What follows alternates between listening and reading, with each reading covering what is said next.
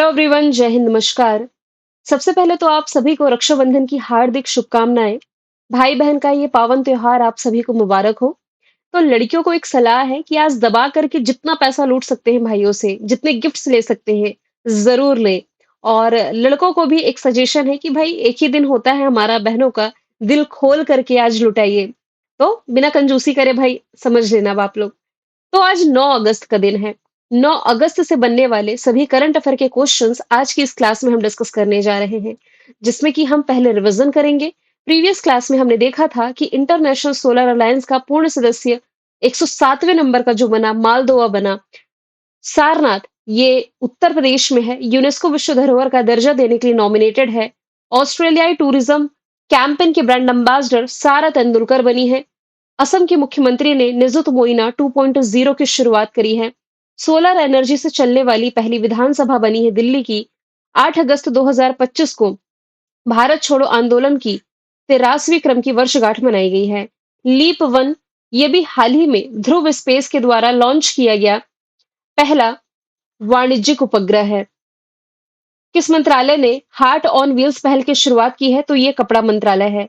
किस अफ्रीकी देश के जो रक्षा मंत्री है और पर्यावरण मंत्री की मौत, यानी कि इनको मिलाकर के लगभग 8 लोगों की मौत हुई है हेलीकॉप्टर क्रैश में। ये अफ्रीकी कंट्री घाना से हम रिलेट करेंगे। इसके अलावा बैंगलोर जो है, ये भारत में एआई अनुसंधान, विकास और डेटा केंद्रों के लिए अग्रणी केंद्र बनकर के उभरा है। तो ये सभी क्वेश्चंस हमने प्रीवियस क्लास में देख रखे हैं। शुरू करते हैं आज का हमारा पहला सवाल। सवाल है, प्रतियोगी परीक्षाओं में यानी कि कॉम्पिटिटिव एग्जाम्स की तैयारी करने वाले छात्रों के लिए भारत का पहला एआई संचालित शिक्षण ऐप यानी कि लर्निंग ऐप जो है, ये किस आईआईटी ने लॉन्च किया? आंसर इसका हो जाएगा आईआईटी पलक्कड़ ने। आईआईटी पलक्कड़ है कहां पर? तो ये केरला में स्थित है, जिसने कि एआई आधारित लर्निंग ऐप लॉन्च किया जिसका नाम है टूटोज। तो ये जो एप्लीकेशन है, इसे रेवन टेक्नो सोल्यूशन के द्वारा विकसित किया गया है और इसे लॉन्च किया गया है केंद्रीय शिक्षा मंत्री धर्मेंद्र प्रधान जी के द्वारा। जो टूटोज एप्लीकेशन है ना, ये नीट, जी और कैट जैसे प्रतियोगी परीक्षाओं के लिए डिजाइन किया गया है और ग्रामीण क्षेत्रों में शिक्षा की खाई को पाटने का प्रयास करता है। इसके माध्यम से रूरल एरिया के भी बच्चे पढ़ाई कर सकेंगे। यदि बात की जाए अदर ऑप्शंस की, तो देखिए आईआईटी कानपुर है जो इसने भारत का पहला आर्टिफिशियल हार्ट कृत्रिम हृदय विकसित किया था। IIT Delhi QS world university ranking में भारत की तरफ से टॉप का संस्थान बना हुआ है ये 2026 के लिए। IIT Madras national institute ranking framework में लगातार टॉप पर बना हुआ है। इसके अलावा आईआईटीज जो चर्चे में थे, उसके करंट अफेयर के फैक्ट मैंने एक स्लाइड में ऐड किए हैं। जैसे कि आईआईटी रुड़की के एआई ने यानी कि आर्टिफिशियल इंटेलिजेंस ने हस्तलिखित मोदी लिपि को देवनागरी में कन्वर्ट किया। आईआईटी मद्रास ने भारत का सबसे हल्का व्हील चेयर बनाया जिसका नाम वाईडी-1 है। ब्रेस्ट कैंसर का समय रहते पता लगाने के लिए भी आईआईटी मद्रास ने ही भारत का पहला कैंसर जीनोम एटलस लॉन्च किया। नेशनल इंस्टीट्यूट रैंकिंग फ्रेमवर्क में ये टॉप पर है। इसके बाद Indian institute of science Bangalore का स्थान है। भारत का पहला जो हाइपरलूप टेस्टिंग ट्रैक है, आईआईटी मद्रास कैंपस में बनकर के तैयार है।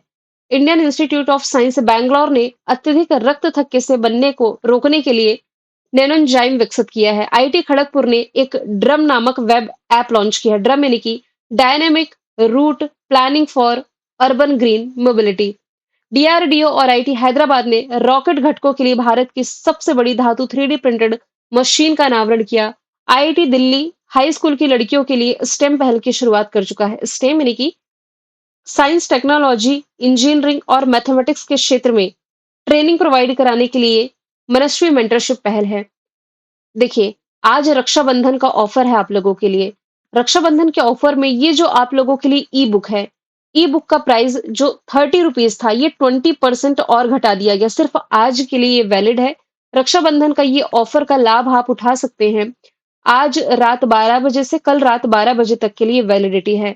तो 20% ऑफ में ये ई बुक आप लोगों को मिल जाएगी। चलिए सवाल नंबर दूसरे की तरफ चलते हैं। एडेमोला ए एडेनले ये किस देश से संबंधित हैं, जिन्हें खाद्य एवं शांति के लिए पहले एमएस स्वामीनाथन पुरस्कार से सम्मानित किया गया? तो ये बिलोंग करते हैं अफ्रीकी कंट्री नाइजीरिया से। इन्हें खाद्य और शांति के लिए जो पहली बार ये एमएस स्वामीनाथन के नाम पर अवार्ड दिया गया है ना, इससे ये सम्मानित किया गया है। जैसा कि मैंने बताया, भारत में हरित क्रांति के जनक कहे जाने वाले एमएस स्वामीनाथन के सम्मान में इस अवार्ड की स्थापना की गई है, जो कि खाद्य सुरक्षा बढ़ाने, शांति को बढ़ावा देने में उत्कृष्ट योगदान देने वाले व्यक्तियों को सम्मानित करता है। यदि आप ऑप्शन से रिलेट करेंगे, तो इंग्लैंड के पूर्व तेज गेंदबाज जिनका नाम है जेम्स एंडरसन। देखिए, मैं अवार्ड वाला ही फैक्टर रिलेट करूँगी, चिंता मत करें। अलग से हम नहीं भटकेंगे दूसरे टॉपिक में। तो जेम्स एंडरसन है जो, इन्हें अभी हाल ही में इंग्लैंड ने नाइटहुड की उपाधि से सम्मानित किया। भारत से यदि रिलेट करेंगे तो आप रिलेट कर सकते हैं बानू मुस्ताक का नाम। जो बानू मुस्ताक है, इनकी एक किताब है जिसका नाम है हार्ट लैम्प। तो इनकी कन्नड़ भाषा में वैसे लिखी गई किताब थी, बाद में इसका ट्रांसलेशन किया गया। हार्ट लैम्प जो है 2025 का इंटरनेशनल बुकर पुरस्कार अपने नाम करी है। और ब्राजील से रिलेट करेंगे तो मारी एंगला हंगरिया का नाम आप रिलेट कर सकते हैं, जिन्हें 2025 के वर्ल्ड फूड प्राइज से सम्मानित किया गया। ये वाला फैक्ट देखिए मैंने यहाँ पर ऐड किया है सबसे लास्ट में। वर्ल्ड फूड अवार्ड जीतने वाली मारिएंगला हंगरिया ये ब्राजील से बिलोंग करती हैं। ठीक है? तो ये सभी फैक्ट आपने रिलेट कर लिए। हालिया में चर्चे में रहे जो अवार्ड थे इसका भी रिवीजन कर लेते हैं। Lokmanya Tilak award Nitin Jairam Gadkari ji, pen translate award Geetanjali Shree, Kalinga Ratna award Dharmendra Pradhan, pen printer award Leila Aboulela, चौथा चिथा रविंद्रन अवार्ड सरण कुमार लिम्बाले, रशिया का दोस्तोवस्की अवार्ड जो है जावेद अख्तर को मिला, फ्रेंड डॉरिंगटन सेंट मास्टर पुरस्कार पाने वाले पहले भारतीय सुदर्शन पटनायक, सरस्वती सम्मान भद्रेश दास, Jnanpith award Vinod Kumar Shukla, Abel prize मसाकी कासीवारा, Stockholm जल पुरस्कार गुंटर लोशल, प्रिजर पुरस्कार लियू जगाकुन, प्रवासी भारतीय सम्मान अनवर खुर्शीद को, लता दीनानाथ मंगेशकर अवार्ड कुमार मंगलम बिड़ला को, ह्यूमैनिटेरियन अवार्ड से सोनू सूद को सम्मानित किया गया है। अब यहाँ पर देखिए जिस कंट्री का डिस्कशन आया है ये नाइजीरिया है। नाइजीरिया को यदि आप मैप के थ्रू देखेंगे तो वेस्टर्न अफ्रीका का ये पार्ट है। इसकी कैपिटल हो जाएगी अबूजा, करेंसी हो जाएगी नायरा, राष्ट्रपति हो जाएंगे बोला अहमद टिनुबू। बीते समय में हमने करंट अफेयर में देखा था कि यहाँ के राष्ट्रपति बोला अहमद टिनुबू ने प्राइम मिनिस्टर नरेंद्र मोदी को देश के highest civilian honour grand commander of the order of Niger से सम्मानित किया। और लास्ट ईयर ही जो नाइजर है ये मेनिंजाइटिस के खिलाफ टीका पेश करने वाला दुनिया का पहला देश बना था। सवाल नंबर तीसरा है, किस देश में विश्व खेलों के 12वें संस्करण का आयोजन किया जाएगा? तो विश्व खेलों के 12वें संस्करण का जो आयोजन है ये चाइना में होने जा रहा है। और ये 7 अगस्त से शुरू हो चुका है, 17 अगस्त तक चलेगा। चेंगडू, सिचुआन और चाइना में आयोजित किया जाएगा। तो 2025 विश्व खेल, जिसे आमतौर पर चेंगडू 25 के नाम से भी जाना जाता है, एक अंतरराष्ट्रीय बहुखेल आयोजन है जिसे होस्ट कर रहा है चाइना। अब देखिए होस्ट करने की बात की जा रही है, तो भारत जो है ये ऑलरेडी इस साल जनवरी के महीने में खो-खो वर्ल्ड कप होस्ट कर चुका है। मेल फीमेल कैटेगरी दोनों में विजेता भारत है। दिल्ली ने इसकी मेजबानी करी थी। महिलाओं को जो नेक्स्ट फीफा होगा 2027 में इसे होस्ट करेगा ब्राजील। इंग्लैंड को अगले 3 टेस्ट क्रिकेट के लिए मतलब इसकी मेजबानी का अधिकार दे दिया गया है। अब देखिए यहाँ पर आगामी खेल प्रतियोगिताओं वाले फैक्ट यदि हम रिलेट करें तो T20 वर्ल्ड कप जो पुरुषों का होगा 2026 में, इसे 2 कंट्री मिलकर होस्ट करेंगी। भारत और श्रीलंका। हर 2 साल में T20 वर्ल्ड कप होता है, तो पिछला जो हुआ था, ये अमेरिका और वेस्ट इंडीज ने होस्ट किया था, जिसमें कि विजेता रहा था भारत। महिलाओं का जो ICC women's cricket world cup है, इस साल होगा, भारत इसे होस्ट करेगा। इसके अलावा चैंपियंस ट्रॉफी 2025 की यूएई और पाकिस्तान ने होस्ट की, विजेता भारत था।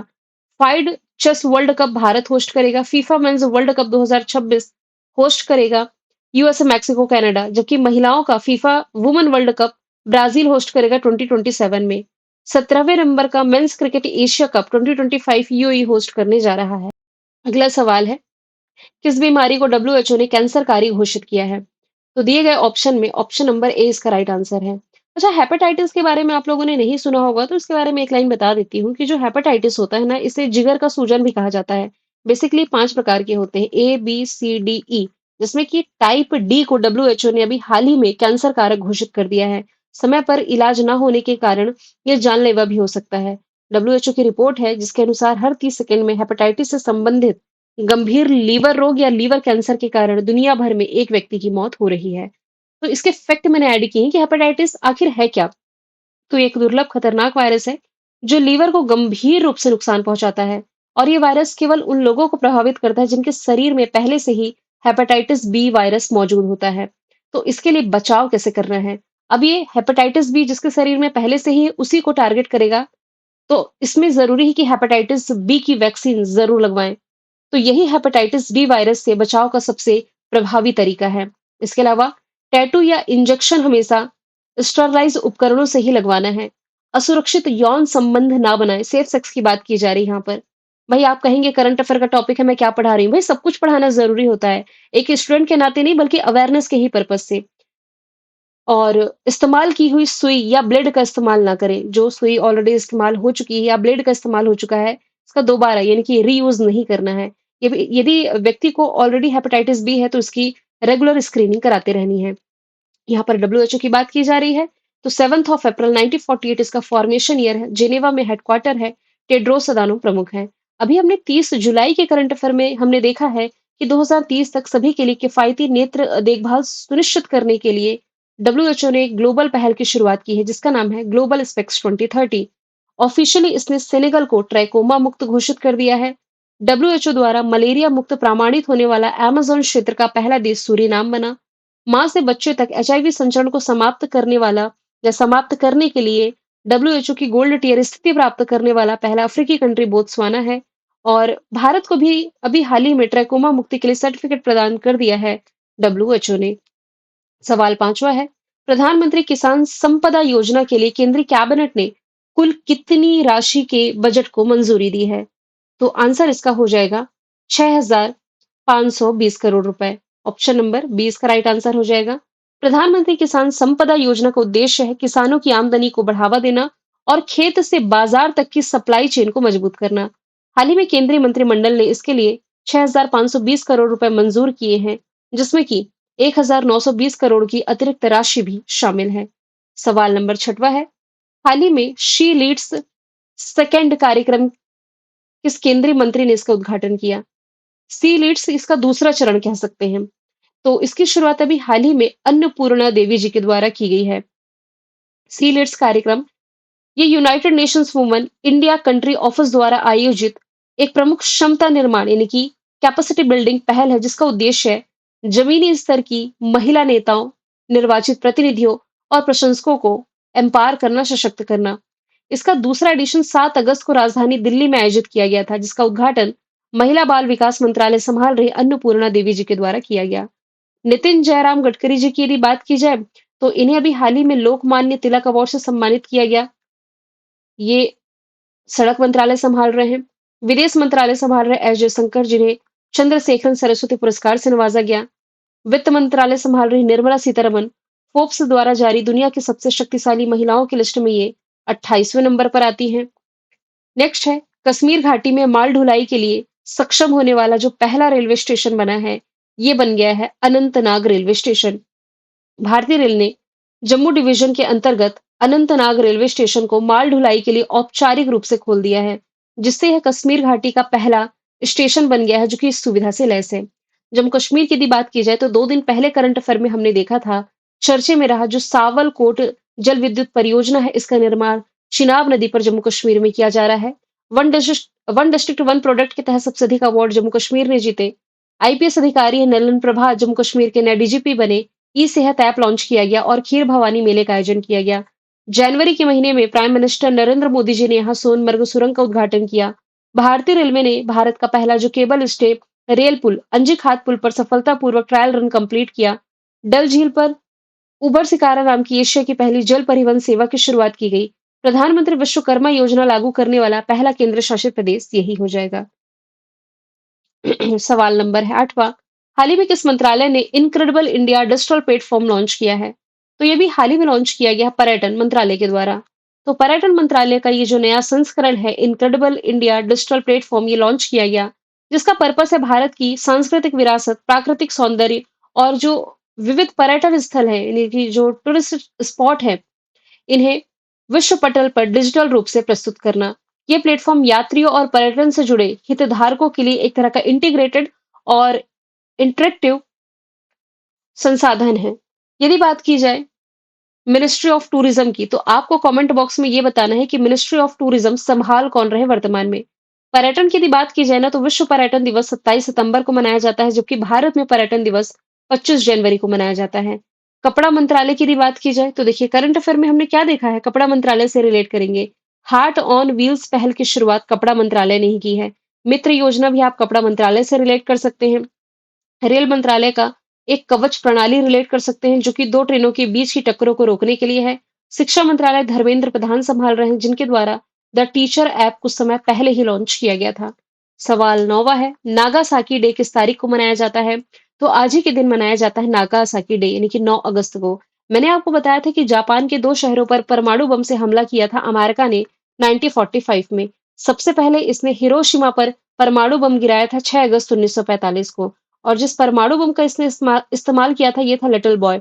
इसके जस्ट 3 दिन बाद यानी कि 9 अगस्त 1945 को नागासाकी नामक स्थान पर भी अमेरिका के द्वारा परमाणु बम से हमला किया गया और इस परमाणु बम का नाम था फैट मैन। वैसे अगस्त महीने में हमने इंपॉर्टेंट डे देखे हैं। वर्ल्ड वाइड वेब डे, विश्व फेफड़े का कैंसर दिवस 1 अगस्त को। 6 अगस्त है हिरोशिमा डे, 9 अगस्त है नागासाकी डे, 7 अगस्त है नेशनल हैंडलूम डे, 8 अगस्त को भारत छोड़ो आंदोलन की 83वीं वर्षगांठ मनाई गई।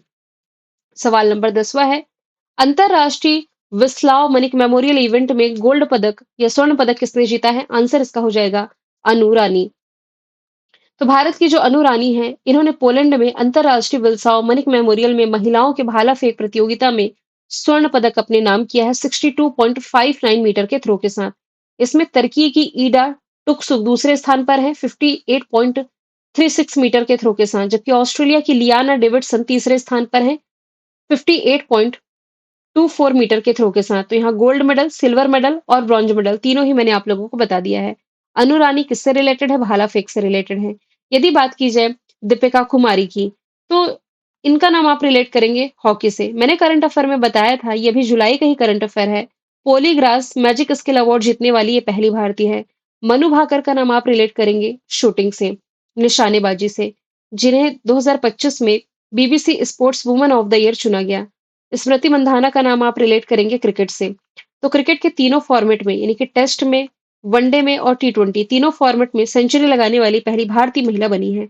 सवाल 11वां है, हाल ही में आयोजित 2025 का पैन अमेरिका हॉकी कप में महिला वर्ग का खिताब किसने जीता? ये क्वेश्चन थोड़ा मैं लेट ऐड कर रही हूँ क्योंकि इस समय डेली 12 क्वेश्चन हम पहुंच ही जा रहे थे, तो ऐसे में वीडियो बहुत ज्यादा लंबा हो जा रहा था, तो ये क्वेश्चन को 2-3 दिन लेट हो गया है। तभी मैं बता देती हूँ, आंसर इसका हो जाएगा अर्जेंटीना। अर्जेंटीना ने 2025 का पैन अमेरिका हॉकी कप में दोहरा पदक जीता है। कैसे दोहरा? देखिए, अर्जेंटीना ने उरुग्वे के मोंटेवीडियो में आयोजित 2025 पैन अमेरिका कप में पुरुष और महिला दोनों कैटेगरी में स्वर्ण पदक जीता, इसलिए मैं कह रही हूँ दोहरा पदक इसने अपने नाम किया। अर्जेंटीना की कैपिटल ब्यूनस आयर्स है, करेंसी हो जाएगी अर्जेंटीनियाई पेसो और लियोनेल मेसी का नाम आपको रिलेट करना है, जो कि अर्जेंटीना के स्टार फुटबॉलर हो जाएंगे। सवाल 12वां है, क्षमता निर्माण आयोग का अध्यक्ष किसे नियुक्त किया गया? वैसे बहुत रेयर है कि ऐसे क्वेश्चन एग्जाम का पार्ट बने, लेकिन भाई एग्जामिनर का दिमाग कब क्या काम कर रहा है आप नहीं जानते, कभी भी किसी भी तरह के अतरंगी सवाल ये पूछ सकता है। तो तभी मैंने ऐड कर दिया है कि क्षमता निर्माण आयोग के अध्यक्ष के रूप में श्रीमती एस राधा चौहान की नियुक्ति की गई है, जो कि उत्तर प्रदेश कैडर की 1988 बैच की रिटायर्ड आईएएस ऑफिसर है और ये रिप्लेस कर रही है आदिल जैनुल भाई को। यदि बात की जाए अदर ऑप्शन की, विजय किशोर राहटकर राष्ट्रीय महिला आयोग की अध्यक्ष है, सोनाली मिश्रा आरपीएफ की पहली महिला महानिदेशक हैं, जबकि भारत की खुफिया एजेंसी रॉ के प्रमुख पराग जैन हो जाएंगे। यहाँ पर मैंने केवल सिलेक्टेड अपॉइंटमेंट ऐड करी है, जैसे कि गिफ्ट सिटी के सीईओ संजय कौल, रॉ के पराग जैन, ये फैक्ट हम देख चुके हैं। रेलवे बोर्ड के अध्यक्ष सतीश कुमार है, 52वें मुख्य न्यायाधीश बी आर गवई है, इसरो के प्रमुख वी नारायण, प्रधानमंत्री नरेंद्र मोदी की निजी सचिव निधि तिवारी, यूपीएससी के अध्यक्ष अजय कुमार, आईबी के तपनडे का, डीआरडीओ के समीर कामत हैं। मैंने कल आपसे पूछा था रिलायंस इंडस्ट्रीज लिमिटेड का कार्यकारी निदेशक किसे नियुक्त किया गया? आंसर था अनंत अंबानी। आज का सवाल है, भारत जो है ये अंतरराष्ट्रीय वायु परिवहन संघ द्वारा जो रिपोर्ट रिलीज की गई, इसके अनुसार दुनिया का सबसे बड़े विमान बाजार के मामले में कौन से स्थान पर है? भारत की रैंकिंग बतानी है और टॉप पर कौन सी कंट्री ये भी बताइएगा। तो फिर हम मिलेंगे नेक्स्ट वीडियो में। Thank you so much.